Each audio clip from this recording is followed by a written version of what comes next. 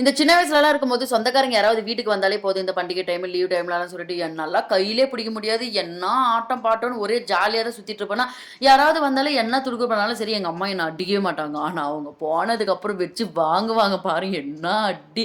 அதெல்லாம் நெனச்சு பார்க்கும்போது கூட இப்ப கூட சிரிப்பா தான் வருமா, ஆனா கல்யாணத்துக்கு அப்புறம் யாரு வராங்களோ இல்லையோ, நான் எங்க அம்மா, அப்பா வந்தா மட்டும் தான் ஒரே எக்ஸ்ட்ரா சந்தோஷத்துல சுத்திட்டு இருப்பேன். ஏன்னா கத்து வச்சுட்டு இருக்கிற மொத்த வித்தையும் இறக்கி அவங்களுக்கெல்லாம் செஞ்சு குடுத்துடலாம். அங்க கூட்டின்னு போலாம், இங்க கூட்டின்னு போலான்னு சொல்லிட்டு ஏகப்பட்டதா யோசிச்சு வச்சிருப்பேன். ஆனா கடைசியில அன்னைக்கு பொழுதேன்னைக்கு உட்காந்து கதை தான் பேசிட்டு இருக்குமே தவிர ஒன்னும் செஞ்ச படுக்காது. ஆனா இன்னைக்கு வெஜிடபிள் பிரியாணி செய்யலாம்னு சொல்லிட்டு தான் செஞ்சுட்டு இருக்கிறேன். ஆனா அது எப்படி வருதோ அதுக்கு தகுந்த மாதிரி பேர் வச்சுக்கலாம்னு சொல்லிட்டு ஒவ்வொன்றா கட் பண்ண செய்ய ஆரம்பிச்சுட்டு இருந்தேன். நமக்கு தான் டீ குடிக்கலாம் சைடுல வேலையே ஓடாது. அதனால அப்படி சைடுல டீ குடிச்சிட்டு என்ன ஒண்ணு எங்க அம்மா அப்பா எப்போ ஊர்ல இருந்து வந்தாலும் என்ன வாங்கிட்டு வந்திருக்காங்க எனக்குன்னு சொல்லிட்டு தேடி பார்க்கற பழக்கம் வந்து எனக்கு இப்ப வரையுமே விடல.